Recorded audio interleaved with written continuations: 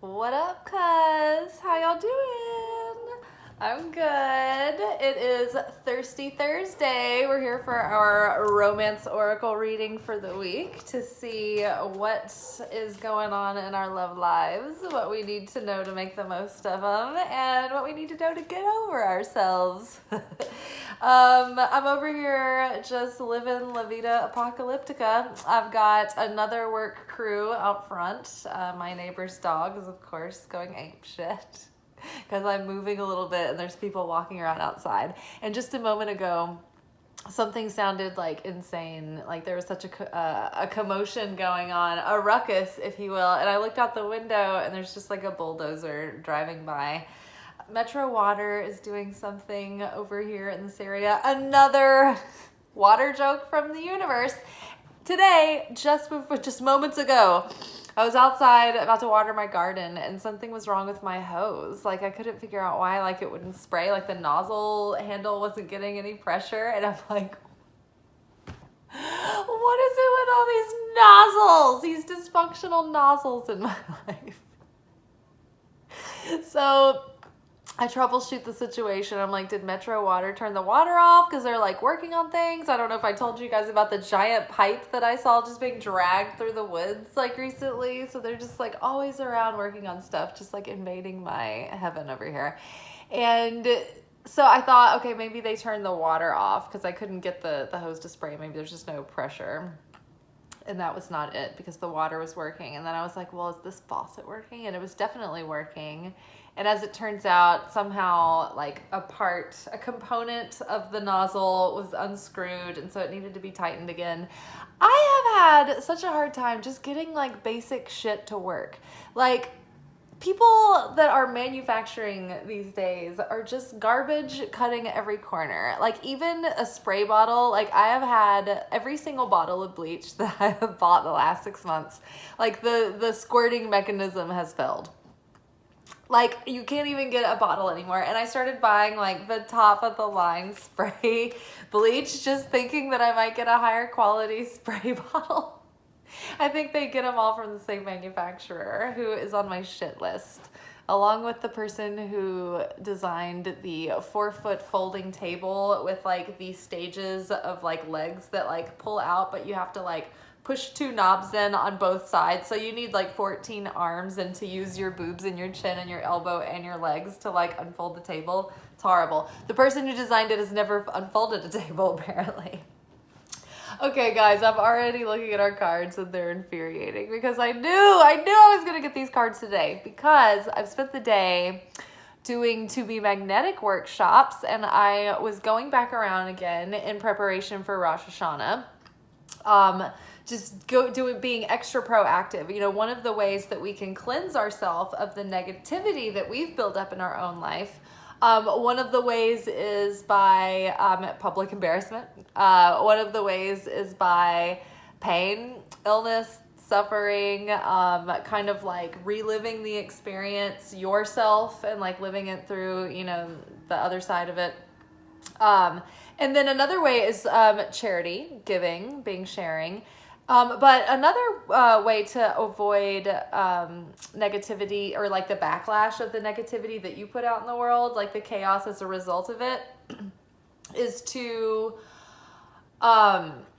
proactively like confront like your weaknesses and your shadow and all of that stuff. So if you're proactively trying to expand yourself without feeling down on yourself or shame or guilt, like you're wrong or like broken in some way, but you're just like knowing that that's just part of life, you're like happily proactively going at it and trying to overcome yourself without having the universe show you what an asshole you are, then that kind of frees up some things and it creates more harmony and flow because then you're not having like all of these like chaotic tests and stuff coming your way. So in preparation for Rosh Hashanah, to be proactive about my own transformation, I've been going back through some of the workshops that I did at the beginning of the year. And one of them was Unblocking Inner Child, where you go back and you kind of relive, you know, go back and take a deeper look at your childhood and, you know, make contact with your inner child and re-heal and like reprogram, you know, the things that you have beliefs and things that you've developed and patterns you've developed as a result of like galvanizing or traumatizing experiences in your childhood. So I finished that workshop, and today I've been working on the shadow self workshop. So it's all the aspects of yourself that you're afraid to let be seen, that you like stuff into your shadow and you try to hide it, because if you think that if those parts of you, if other people knew about them, like they would reject you or whatever, or you'd be a social pariah forever, excommunicated, exiled from society, left to die and wither away in oblivion, in ruin, absolute ruin. So I was thinking as I was getting this deck out and shuffling, I'm gonna laugh if we have Love Yourself First come out. And that was the first card that came up. It really is. It's all about loving yourself first, because when you really appreciate and love yourself, you think about things in an entirely different way. And the way that you perceive the interactions that you have with potential suitors or partners or whatnot, when you really love yourself, you see these interactions in a different light. And so when someone is, trying to play, they about a bunch of bullshit, like, you're not going to suffer them. You're not going to suffer this fool. You're not going to put up with the same things. People who are kind of like hot and cold and they don't really show up, you're just not going to find it attractive, because you're going to be like, okay, this is like a waste of time. Like, I'm down to party, yo. Like, let's get this party started. Let's have some fun. Let's like cook. Let's watch a movie. Let's drink some wine and like hang out, have a good time. And not like play these horrible, endless, like manipulative, like power struggle games. So love yourself first. Love yourself first. Be so happy and fulfilled in your own life that you don't feel the need to reach outside of yourself for someone to tell you that you're special, for someone to tell you that you're sexy or beautiful, or that you're valuable, or that you're worthy. That you can get to a certain point where, and I was reflecting on this today because it was really amazing, because I was thinking like, wow, there are aspects of your shadow that are always there, but like it will be healed. You can heal it, and you can elevate that shadow and integrate it into your personality, and where it doesn't really trigger you anymore, and you're not trying to hide it. And I realized, I was like, there's not really a lot left that I'm like kind of tucking away. It's not already out there to some degree, that I'm not owning to some degree. So that was really, really cool. But that told me that I loved myself so much more than I used to, because those things used to really trigger me a lot, and they don't anymore.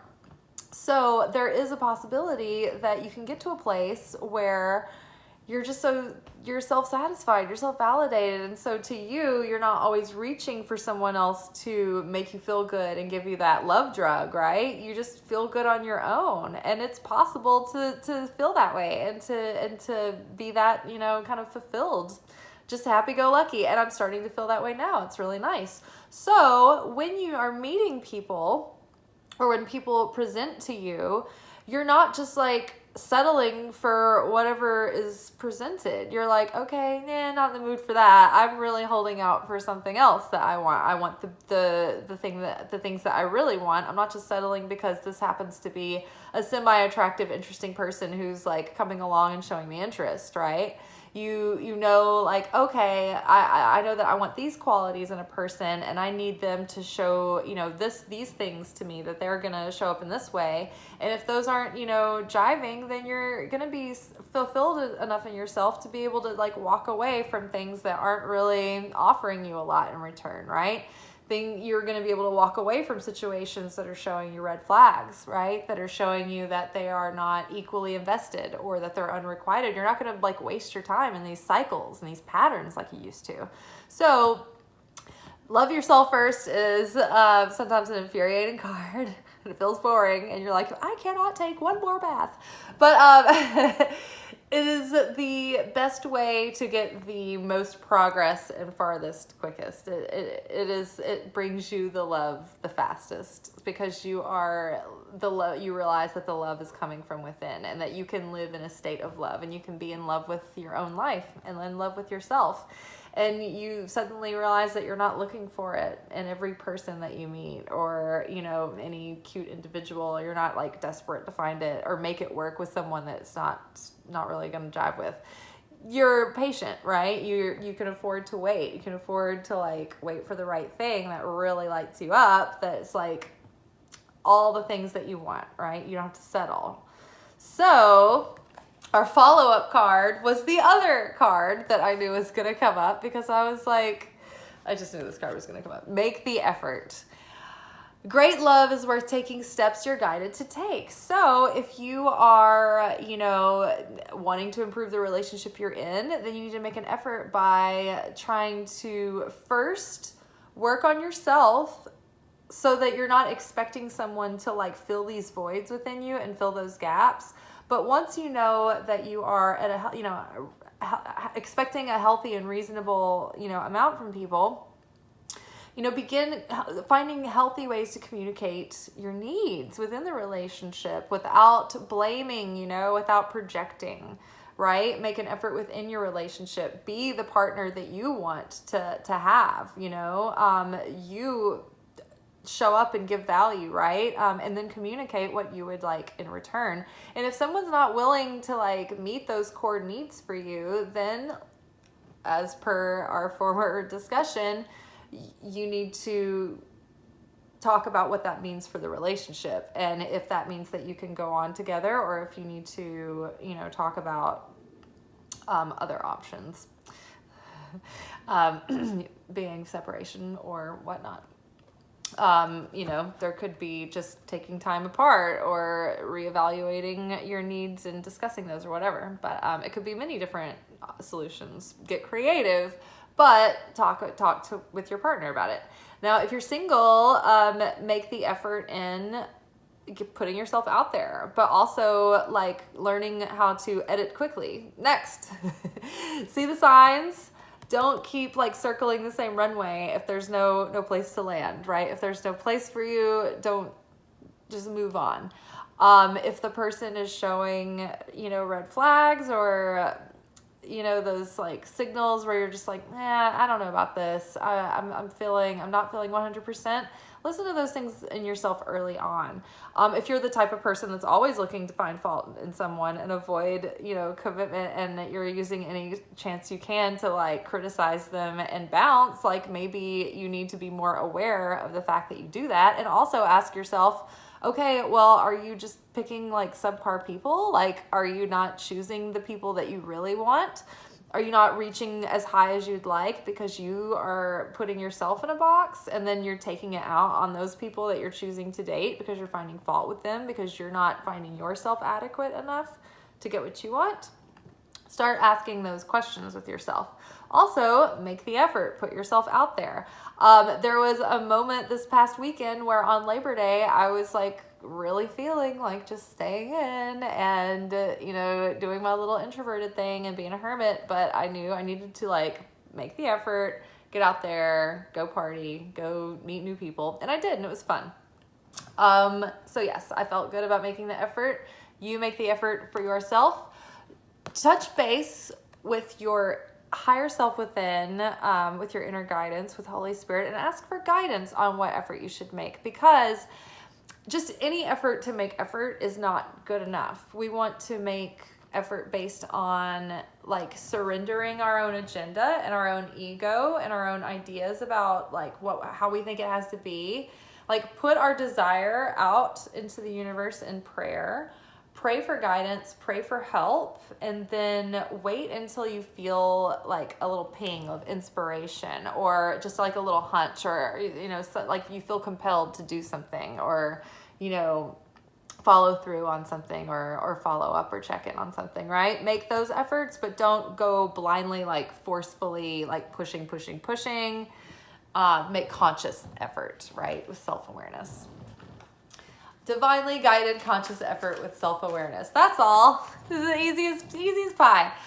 Children, your love life is being affected by children. And this I always interpret as like your inner child or their inner child is affecting the relationship or your love life. as per our discussion moments ago, I have been working on healing and unblocking the inner child. And when it comes to romance and relationships, and especially our sexual relationships within our partnerships, our inner child really affects things. And if you have unresolved childhood trauma, then you could get yourself into relationships where like the sex life just dwindles away because you're looking to like, you become sibling-like, and you're looking to parent each other and then have each other parent you, instead of like showing up as like healthy adult lovers. You're showing up as children who need parents, and you know, people who are looking to fix and be fixed by, right? I have a tickle in my throat. So start getting to know your inner child and looking for ways to correct that inner child stuff. For me, I can't recommend To Be Magnetic more. It's the most effective like thing I've ever done. It's, you get like really to the heart of things that you would go through like years to talk about in therapy. Maybe months, I don't know. But you really get to the heart of it quick, and you're not bypassing, and you're not covering anything up, and it's not a magic pill. It's like you're getting right to the issue. You're doing the transformative work, and then you're reprogramming like your neural pathways to reinforce that to your subconscious. So it's almost like you can like offload all of the faulty software and reprogram the system to work properly. So I highly recommend To Be Magnetic. You can get a monthly membership, I think, for like $30, and then you have access to all the workshops, and then you can kind of do it at your own pace. I think you can also buy the workshops a la carte, but it's more worth it. I think you get more out of it if you have the whole workshop or the whole website access. Okay, and our final card is playfulness. Not a surprise at all. To recapture romance, allow your inner youthful spirit to have fun and shine.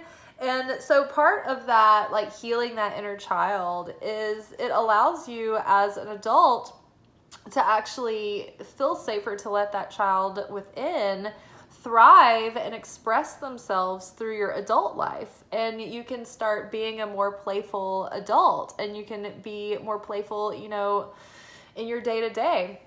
But also I would suggest that make play a practice for you. Find all kinds of ways that you can be more, lighten up, you know, let go, have fun, cut loose. Don't take yourself seriously or so seriously. Don't take others so seriously. Don't take life so seriously. Just, you know, wear it like a loose garment. Let your hair down, you know, take off your bra, honey, relax. Like, just play with life. And the more fun that you're having, the more joy, the more carefree, the more that you can get in touch with that inner child and just let that loose, the more secure you feel somehow. And joy is such an elevated vibration. It's such like a magnetic feeling, and playfulness is like you feel safe and secure enough to be carefree, to let your guard down. You know, you feel enough trust in the universe to lose yourself in happy play without looking over your shoulder for like the foreboding monster that's around every corner, or the rug that's going to get ripped out or whatever. Being able to play and have fun, it requires vulnerability. You know, it requires that you sort of like let go of your inhibitions, right? That you're free, that you free yourself. So there's a lot of wisdom that comes with play, and there's a lot of positive side effects that are experienced through playfulness. So embrace playfulness, you guys. Love yourself first. Make an effort towards your love life. Get out there, have fun, and try to heal your inner child. So once you do meet a hottie patati, y'all can have a nice, wonderful relationship. You can be, you know, very, very playful adults, if you know what I mean. All right, y'all. Well, I hope your thirsty Thursday isn't so thirsty. I hope you get quenched. May all of you get quenched. Blessings from me. All right, y'all. I'm going to finish the shadow workshop tonight. I'm going to continue to enjoy my Cajun pot of red beans and rice. And then I think I was going to like film our full moon workshop because it's Saturday and I've got my niece's wedding shower Saturday and then some other plans for the evening. But I think I'm going to hold off. I might do it tomorrow. I think I'm going to round off some of the little things that I had wanted to do during this moon cycle before the full moon. I think I might finish up some little projects and loose ends tonight and kind of veg out and just have a fun night in watching Outlander, maybe something else. I don't know. Maybe I'll find a cool movie. All right, y'all, be good, but not too good. Peace.